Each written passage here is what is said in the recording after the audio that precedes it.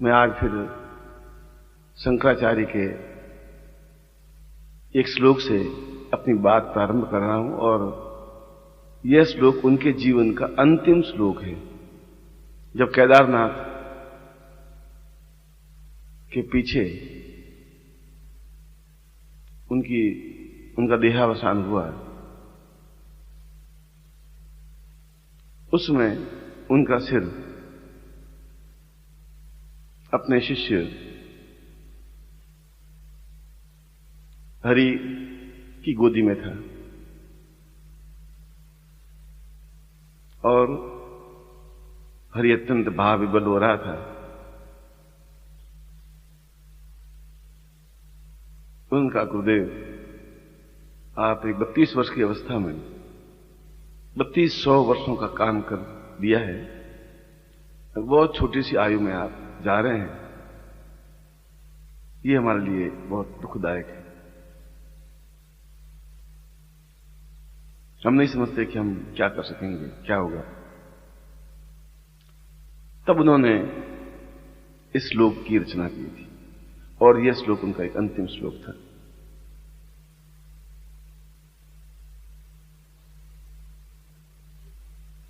दीर्घम प्रभातम अंतर्वदेवम अग्निर्ज्वलां पूर्णमदेव सिंधुम शीर्षस्थपूर्वं भवतं वदेन्यं श्रियत्वं भवतां वदैव। उन्होंने एक अपने संस्कृत पांडित्य से हटकर के आने वाले पीढ़ियों के लिए और अपने शिष्यों के लिए यह श्लोक लिखा था। कोई पांडित्य इस श्लोक में नहीं है, मगर इस श्लोक में उनके शिष्यों के प्रति एक सारभूत तथ्य है जो उन्होंने समझाया है। उन्होंने कहा है कि जीवन वह नहीं होता जो आपने उसका अर्थ लिया है। जीवन वह होता है जो हाईएस्ट पॉइंट पर पहुंचा हुआ होता है, और हाईएस्ट पॉइंट उसको कहते हैं कि इस जीवन में आप पूर्ण यश के भागी बन सकें और मृत्यु के उपरांत भी आप यश के भागी बने ही रहें, वह जीवन कहलाता है। बाकी तो मृत्यु कहलाती है। आप जीवित हैं और समाप्त हो गए, यह शीर्षस्थ व्यक्तित्व नहीं है। शरीर तो सबको बराबर दिया है, मगर जीवन काल में भी यश प्राप्त कर लेना, सम्मान प्राप्त कर लेना, प्रसिद्धि प्राप्त कर लेना, एक मन में प्रसन्नता प्राप्त कर लेना और मृत्यु के बाद भी उसकी सुगंध चारों तरफ व्याप्त रहे, वह शीर्षस्थ व्यक्तित्व है। और हरि तुम्हें ऐसा बनना है कि शीर्षस्थ व्यक्तित्व बन सको, कि मृत्यु के बाद भी तुम्हारी सुगंध चारों तरफ व्याप्त रहे। शंकराचार्य केवल 32 वर्ष की कोई अवस्था नहीं होती, आदमी पूरी तरह से पांव पे खड़ा ही नहीं हो पाता। उस समय तक उन्होंने एक दक्षिण केरल का पैदा हुआ लड़का पूरे भारतवर्ष का भ्रमण कर शंकर भाष्य जैसा अद्वितीय ग्रंथ और बाकी 18 और ग्रंथ लिख करके उन्होंने वो सुगंध व्याप्त की कि मृत्यु के उपरांत भी आज तक भी उसकी सुगंध से हम आप्लावित हैं। आज भी उनकी सुगंध हमारे कानों में, नाक में, प्राणों में संचरित है। इसलिए कि उन्होंने जीवन का अर्थ अपने ढंग से समझा। जीवन के 96% लोग जीवन का अर्थ भौतिक उन्नति समझते हैं, कि हमारा प्रमोशन हो गया, कि हम एक अच्छे स्टेनो बन गए, एक अच्छे टाइपिस्ट बन गए, या अच्छी नौकरी प्राप्त कर ली, बैंक में क्लर्क बन गए। तुम बैंक में नौकरी करते हो, इस प्रकार के यहां पर 5 लाख लोग हैं जो बैंक में नौकरी करते हैं। तुम स्टेनो हो, यहां पर 25 लाख व्यक्ति ऐसे हैं जो स्टेनो का काम करते हैं। तुम लखपति हो और इस मोहल्ले में कोई घर नहीं है जो लखपति नहीं है। प्रत्येक की कोठी कम से कम 1.5 करोड़ रुपए की होगी, 2 करोड़ रुपए की होगी। तो यह शीर्षस्थ व्यक्तित्व नहीं है। शीर्षस्थ व्यक्तित्व तो अपने आप में एक दूसरा व्यक्तित्व होता है जो ऊंचा भार लिए गतिशील होता है। पहला सूत्र उन्होंने यही दिया कि जीवन में शीर्षस्थ व्यक्तित्व होना चाहिए। उसके लिए यह आवश्यक है कि उन किरणों को जो प्रज्ञा किरण कहते हैं और जो सूर्योदय से पहले प्राप्त होती है, उनको हम अपने नथनों में भरें तो दिन भर हम निश्चय ही तरोताजा बने रहते हैं, प्राणों में संचार बना रहता है और हमें एक उत्तम कोटि की युक्ति, उत्तम कोटि का ज्ञान, उत्तम कोटि की चेतना, उत्तम कोटि का चिंतन प्राप्त होता रहता है। ये चिंतन, ये ज्ञान, ये ध्यान हमें स्कूलों में, कॉलेज में पढ़ाई करने में नहीं मिलता है। ऐसा कोई कोर्स नहीं है। ऊर्जा जो अंदर प्रवाहित होती है वह तो अपने आप में एक अद्भुत ऊर्जा होती है। वह एक ज्वाला होती है जो निरंतर कार्य करने के लिए तत्पर रखती है, और जो निरंतर कार्य करता रहता है वह जीवित व्यक्तित्व होता है। क्योंकि प्रमाद अपने आप में मृत्यु का दूसरा पर्याय है।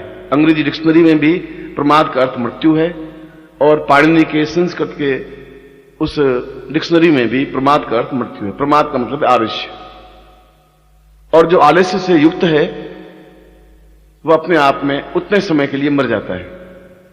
निद्रा एक अलग है, प्रमाद एक अलग है। इसलिए प्रातःकाल उठने वाले का दिन भर एक अलग ढंग से व्यतीत होता है, और सूर्योदय के बाद में उठने वाले का दिन भर बिल्कुल एक दूसरे ढंग से व्यतीत होता है, जो उसकी अपेक्षा कई गुना नीचे स्तर का होता है। और दूसरे इस श्लोक का दूसरा शब्द उन्होंने प्रयोग किया है कि आंतरिक ऊर्जा के माध्यम से व्यक्ति की ऊर्जा बाहर से प्रवाहित नहीं होती, प्राप्त नहीं होती।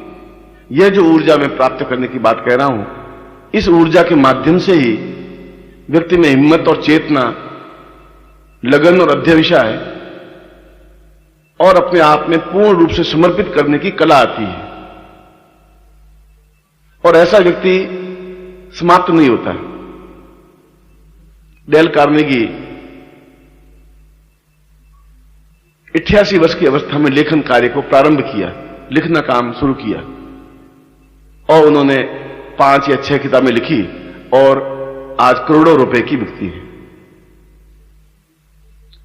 जब जापान के युद्ध से इंग्लैंड जर्जर हो गया और पर्ल हार्बर पर बम गिरा, तो सारे इंग्लैंड के लोग अपने आप में पराजित और अपमान, असहाय से महसूस करने लगे। उस समय 92 साल का चर्चिल, 92 इयर्स का, जब आज का व्यक्ति तो सोच भी नहीं सकता कि मैं 92 वर्ष जीवित रह भी पाऊंगा, उसने कहा कि सारे इंग्लैंड वासी कहने लगे कि एक केवल चर्चिल है जिसमें हिम्मत और हौसला है, और वह वापस इंग्लैंड को पैरों पे खड़ा कर सकता है, सम्मान दिला सकता है। और वह खड़ा हुआ, प्रधानमंत्री बना, और उसने इंग्लैंड को वापस ताकतवान और जीवनवान बना दिया। इसलिए कि चर्चिल की जीवनी में भी आप पढ़ें तो उसने कहा कि प्रारंभ से ही मेरे टीचर ने मुझे समझाया था कि मेरे अंदर की ऊर्जा ही मुझे जीवन में सबसे ऊंचे उठाएगी, बाहर से मुझे कोई ऊर्जा प्राप्त नहीं हो सकती।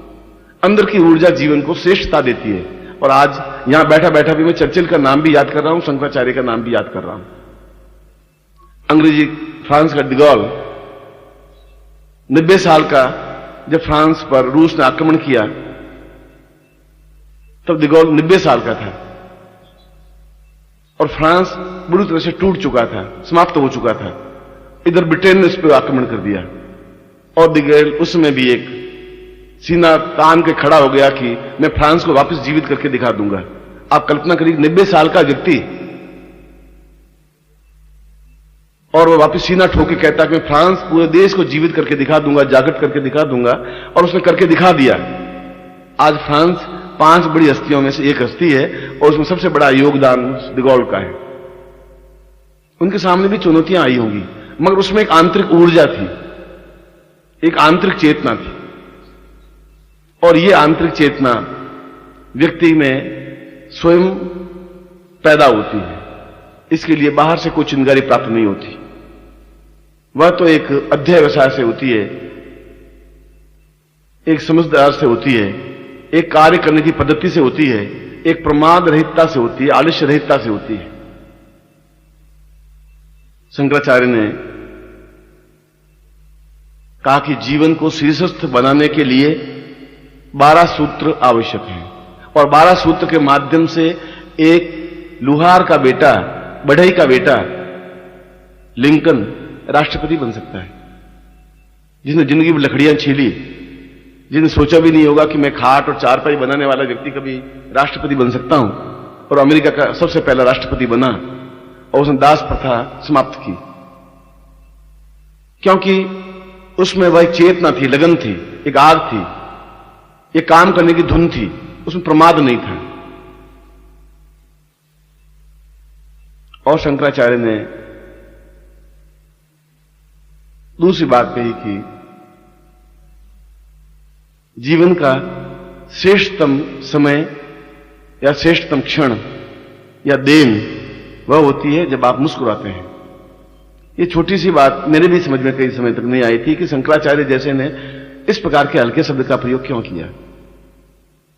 उन्होंने कहा कि जब आप मुस्कुराते हैं तो आसपास का सारा वातावरण मुस्कुराने लग जाता है, और जब आप उदास होते हैं तो आसपास का वातावरण भी उदास हो जाता है, आपके सामीप्य में आता है वह भी अपने आप में उदास हो जाता है, और एक प्रकार से आपने उस दूसरे व्यक्ति की ऊर्जा को समाप्त किया।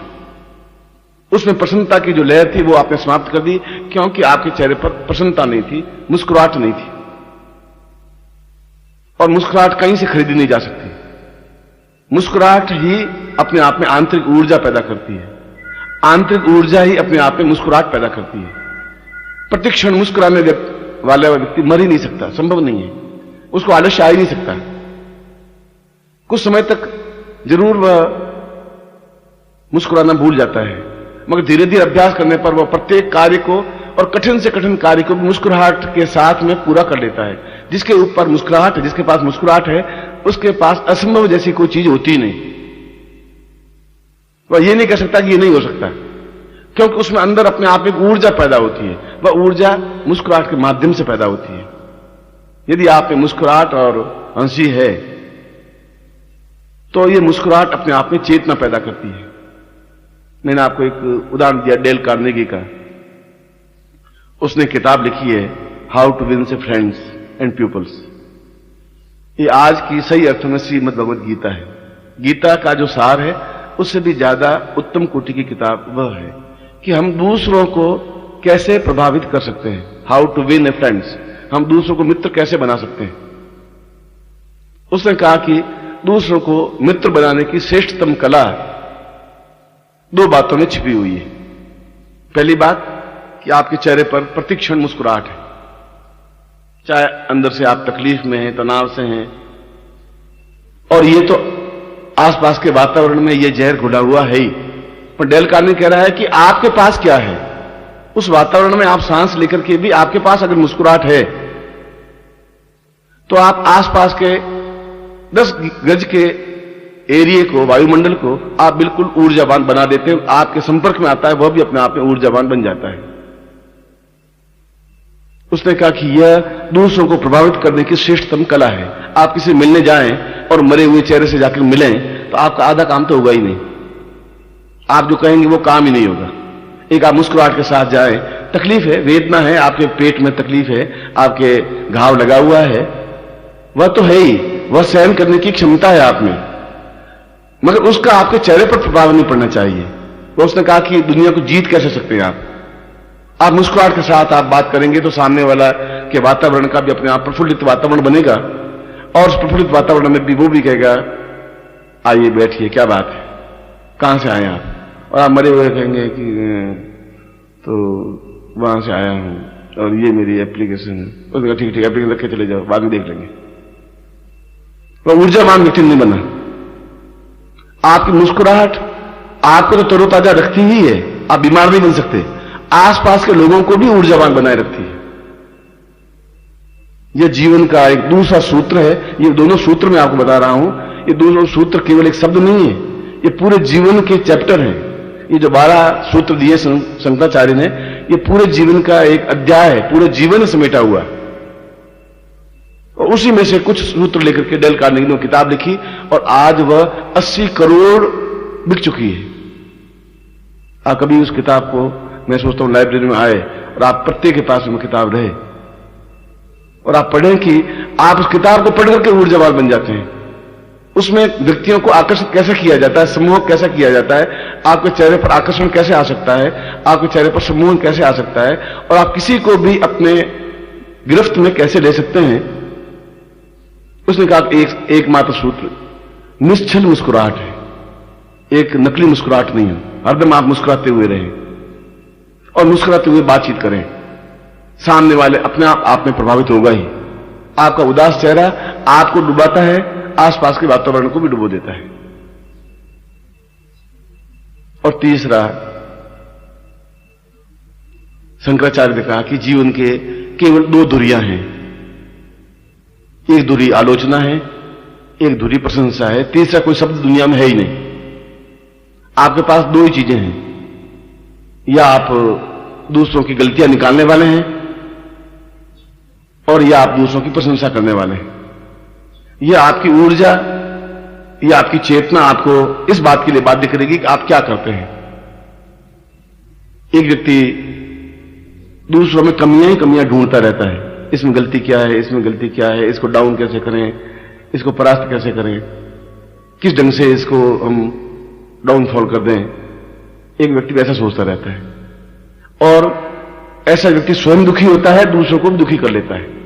एक व्यक्ति उसकी सुधार या उसमें गुण ढूंढता रहता है। प्रत्येक व्यक्ति में गुण और अवगुणों का सम्मिलन होता ही है। कोई व्यक्ति सर्वांग गुणवान नहीं होता, कोई व्यक्ति सर्वांग अगुणवान नहीं होता। गुण भी होते हैं, अगुण भी होते हैं। हम क्या करते हैं, अपने चश्मे से देखते हैं। हम देखते हैं कि ये ऐसा नहीं करता, सफेद कपड़ा नहीं पहनता, इसलिए इसमें गुण नहीं है, अच्छा नहीं है। ये टोपी पहन रखी है, ये सारा पागल है, ये टोपी क्यों पहन रखी, ये इस ढंग से चलता है, ये ठीक नहीं है। वो आप अपने तरह से देखते हैं क्योंकि आप दूसरे तरीके से चल रहे हैं। फिर आप उसमें गुण देखिए कि उसमें गुण क्या है, चलने की क्रिया क्या है, बात करने की टेक्निक क्या है, किस तरीके से बात करता है। पिकासो एक बहुत बड़ा चित्रकार हुआ है और आप शायद विश्वास नहीं करेंगे कि इस समय उसके चित्र 36 करोड़, 40 करोड़, 45 करोड़ डॉलर में बिकते हैं। एक चित्र 40 करोड़ डॉलर में बिकता है। और प्रारंभ में जब वह चित्र, एक पहला चित्र बनाया पेरिस में, तो उसने उस चित्र को बना करके शहर के बीचों बीच रख दिया और नीचे लिख दिया कि इस चित्र में जो भी गलतियां हो उसके ऊपर क्रॉस कर दे, जिससे कि मैं इस चित्र को दूसरी बार कोई चित्र बनाऊं, अच्छा बना सकूं। शाम को वो चित्र लेने के लिए आया तो चित्र दिख ही नहीं रहा था, क्रॉस ही क्रॉस दिख रहे थे पूरे। किसी ने कहीं मुंह पे क्रॉस बना दिया, किसी ने आंख पे क्रॉस बना दिया, किसी ने मुंह पे क्रॉस दिया कि ये आंख थोड़ी महंगी है, ये आंख थोड़ी तिरछी है, क्योंकि उसको तिरछी आंख अच्छी लग रही थी, उसको सीधी आंख अच्छी लग रही थी। दूसरे ने फिर कहा कि नहीं, तिरछी आंख खराब है, सीधी आंख ठीक है। उसने कहा हाथ थोड़ा लंबा है, वहां क्रॉस कर दिया। पिकासो बहुत दुखी हो गया। उसने कहा कि मैं तो चित्रकार जिंदगी बन ही नहीं सकता। उसने वापस उस चित्र को वाश आउट किया, क्योंकि चित्र तो कलर से बना हुआ था और लोगों ने पेंसिल से या कोयले से क्रॉस किया था। उस चित्र को दूसरे दिन वापस रखा, उसमें नीचे लिख दिया कि कृपया आप इस चित्र में जो भी गलती दिखे उसमें सुधार कर लें। ये नहीं लिखा कि इसमें गलतियां निकालें।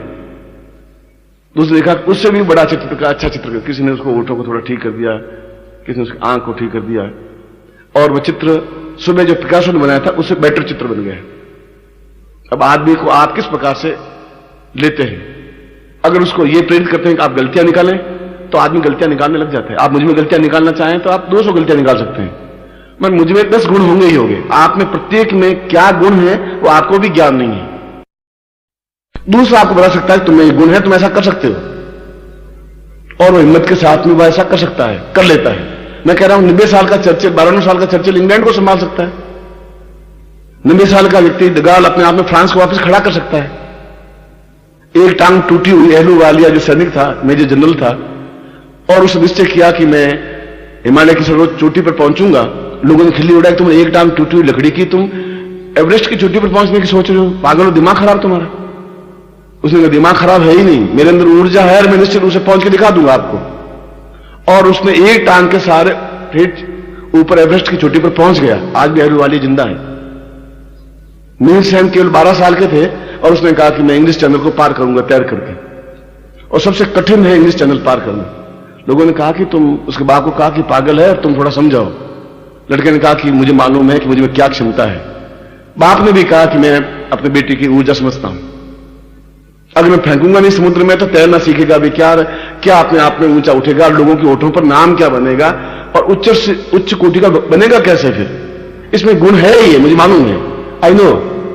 और उसको कहा मिशन तुम जाओ, वेल मछलियां खा जाएगी तो डूब जाएगी, कोई बात नहीं, मेरे 2 बेटे हैं, मैं समझूंगा एक बेटा मेरा चला गया और तुम जिंदा रह गए, आने वाली पीढ़ियां भी तुम्हें याद करेगी कि मीर सेन नाम का कोई व्यक्ति था। और 12 साल की उम्र में उसने इंग्लिश चैनल को पार किया। 62 मील चौड़ी है, जो इंग्लैंड और फ्रांस को मिला थी बीच में, इंग्लैंड और फ्रांस के बीच में। और अगली बार उसने गया भी और वापस भी आया, इंग्लिश चैनल को पार किया, जबकि उसमें लहरें 80-80 फुट की ऊंची उठती हैं। बहुत कठिन है इंग्लिश चैनल को पार करना। उसके बाद तो कई लोगों ने पार की। 12 साल का लड़का ऐसा क्यों कर सका? ऐसा कि बाप ने कहा कि इसमें गुण है। उसको खुद को मालूम नहीं था मुझे ये गुण है। आप में भी 80 दुर्गुण हो सकते हैं, पर 20 ऐसे गुण हैं जिनका विकास आपको मालूम नहीं है कि आप कैसे कर सकते हैं। उन गुणों का अगर आप विकास करें तो वे जो दुर्गुण हैं, जो न्यूनता है, उदास रहना, आलोचना करना, डरना, घबराना, भयभीत होना, गुरुजी नाराज हो जाएंगे तो क्या हो जाएगा, गुरुजी हमारी बात सुनते ही नहीं, किसी और की बात ही सुनते हैं, गुरुजी शायद हमें पहचानते ही नहीं, कोई एक ही व्यक्ति हम सब पर हावी है, दूसरा कोई हावी नहीं है, हम करें तो क्या करें। ये तुम्हारा डर जो है वो तुम्हें बिल्कुल डुबो देता है। जब आप निर्भय हैं, निश्चिंत हैं, जब आप निर्भय हैं, निश्चिंत हैं, तो दूसरा तुम्हारा कुछ बिगाड़ नहीं सकता। संसार में कुछ नहीं बिगाड़ सकता तुम्हारा। जब तुम्हारे सामने, तुम्हारे खुद में मन में भय है कि गुरु मेरे है ही नहीं, तो गुरु तुम्हारे होंगे भी कैसे? जब गुरु तुम्हें कह रहे हैं कि तुम निश्चिंत रहो, तुम्हारे साथ मैं हूं, कोई व्यक्ति तुम्हारा बिगाड़ सकता है, ये संभव ही नहीं है। हिम्मत, हौसला तुम्हें होना चाहिए, क्षमता तुम्हें होनी चाहिए, पुरुषार्थ तुम्हारा होना चाहिए, मगर आलोचक नहीं होना चाहिए, क्योंकि किसी भी व्यक्ति में गुण भी होंगे। उस गुणों को आप देखिए और जब गुण देख लें तो फिर मुस्कुराहट के साथ बातचीत कीजिए। और वो बातचीत कीजिए। डेल कार्नेगी ने कहा कि मुझे मकान किराए पर लेना था और एक बुढ़िया का मकान मुझे बहुत पसंद आया कि कम पैसों, मेरे पास पैसे भी नहीं थे, उस मकान में मैं रहना चाहता था। बुढ़िया अकेली थी और बुढ़िया झगड़ालू बहुत थी, लड़ाई झगड़ा ही करती थी, 24 घंटे लड़ाई झगड़ा करते, फूलों को फूल छांटती रहती, फूलों को गालियां देती रहती, टहनियों को साफ करती, टहनियों को गालियां देती रहती, दीवारों को गालियां देती रहती। उसके काम यही था, आलोचना करना, गालियां देना, बस। उसने कहा इस औरत से कैसे, मैं एक बार गया भी, डर उसने कहा मुझे तो रहना तो इसी में, अगर मैं डेल कार्नेगी हूं तो इसी मकान में पेइंग गेस्ट रहूंगा, बिना पैसे दिए रहूंगा, एक बुढ़िया के साथ में रहूंगा, क्योंकि बुढ़िया मरेगी तो पैसे मुझे मिल जाएंगे। पश्चिम वाले तो पश्चिम वाले के हिसाब से सोचते हैं, मगर बुढ़िया से तो चुड़ैल है पक्की। ये तो अंदर फाटक से पहले, घुसने के पहले तो 8 तो गालियां बोलती है। उसने कहा कि गालियां बोलती मगर कोई कोई गुण जरूर होगा इसके पास, ऐसा है ही नहीं, मैं गुण ढूंढ नहीं पाऊंगा। जिस दिन मैं गुण ढूंढ लूंगा उस दिन हो जाएगा काम। डेल कार्नेगी आसपास घूमता रहा, रोज घूमता रहा, अंदर जाने की हिम्मत कर नहीं पाया कि एक बार, दूसरी बार ट्राई किया, दूसरी बार भी उसको फटकार मिली। फिर 5-7 दिन बाद फिर उसने फाटक खोली तो बुढ़िया ने क्या कर रहे हो? बुढ़िया सुबह सुबह 2 घंटे फूलों को, क्यारियों को ठीक अकेली थी, कोई करने का काम था नहीं। उसने कहा कि आप मुझे अंदर आने दीजिए, फिर आप धक्के मारिए, आप पास खुरपी है, खुरपी मेरे खोपड़ी पे मार दीजिए, but first I come with you and talk with you and you heard me. न चलो, अच्छा मरो, न चलो। उन्हें फाटक खोल के अंदर आए। उसने कहा कि आप 50 साल की हैं, जबकि वो 90 साल की थी। तुम 50 साल की दिखती हैं, क्योंकि 50 और 45 के बीच में दिखती हैं। अब औरत को कोई 90 साल की बुढ़िया को 45 कहे तो खुशी होगी, वो नाराज तो हो ही नहीं सकती। उन्होंने कहा नहीं मैं 90 साल, आप 90 साल दिखती नहीं है जरूर आप कहती होंगी तो झूठ तो आप बोल ही नहीं सकते, संभव नहीं है। मैं दिखती आप 45, ज्यादा छलांग लगाऊं तो 50। मुझे तुम कहां से आए? उसने कहा कहां से आऊं, मतलब मेरा तो कोई है नहीं आसरा, मैं धर्मशाला में ठहरा हूं, मगर आपको फूलों से बहुत प्रेम है। ये बात देखा है कि फूल तो बचपन से मैं फूलों को ठीक करती थी, उनका ये देखा। और जो फूलों से प्रेम करता है उसके मन में दया ही दया होती है। उनका मैं बहुत दया, लोग बहुत दुष्ट जाले में साले, बहुत बदमाश है, मेरा पड़ोसी बहुत हो गई है, बहुत साला गंदा है, वो बहुत बेटा, वो डेफिनेटली है। मगर फूलों से प्रेम करने वाले के हृदय में दया के अलावा कुछ होता ही नहीं। ये बात मैंने देखी है और आपके हृदय में दया ही दया है, ये बात तो निश्चित रूप से। उन्होंने कहा मैंने कुत्ते को भी कभी डंडी नहीं मारी, देखो फूलों को भी मैंने बहुत छीलता हूं तो ढंग से छीलती है। उसने कहा इतनी सी बात करके उसने मैं जाता हूं, अच्छा बेटा कल फिर आना था, आप कहते आ जाऊंगा। उसने चला गया। 25% तो लड़का तो ठीक है, लड़के ने ठीक उसने किया। 2 दिन फिर आया, उसने कहा कि लाओ मैं थोड़ा मिट्टी ठीक कर लूं। नहीं तुम नहीं करोगे। आप कहते नहीं करता, मगर मैं सीखूंगा कैसे? आपसे तो सीखूंगा, ये गुण आप में, मुझ में तो है नहीं ऐसे। आपसे सीखूंगा तो मैं भी फूलों से प्यार करना सीखूंगा, फूलों से प्यार करना सीखूंगा तो मुझे भी मालूम पड़ेगा मुस्कुराहट क्या होती है, फिर मालूम पड़ेगा कि मैं 90 साल का होकर भी 40 साल का कैसे दिखता हूं। आप ये ज्ञान गुण मुझे दीजिए ना, सिखाइए थोड़ा। ऐसे झगड़ालू स्त्री के घर में आकर के भी वो रह ही गया। कैसे रह गया? उसने बातचीत वहां से शुरू की जो बुढ़िया को पसंद थी। आप बातचीत वहां से शुरू करते जो आपको पसंद है, बस बिल्कुल गमी यही। आप कहते मैं ऐसा हूं, मैं ऐसा हूं, अफसर कहता है साला ये अपना गुण इसको रवाना कर गया, ऐसा फाटक रखता है, जाओ हो गया बात, देख लूंगा बाद में। बातचीत हमेशा दूसरों के इंटरेस्ट से पैदा की जाती है। उनका गुण क्या, वो क्या चाहता है, किस ढंग की बातचीत करना चाहता है। क्रोध को भी आप अपनी मुस्कुराहट से, अपनी बातचीत से कंट्रोल में कर सकते हैं। शंकराचार्य भी यही कह रहे हैं। और ऐसा तब हो सकता है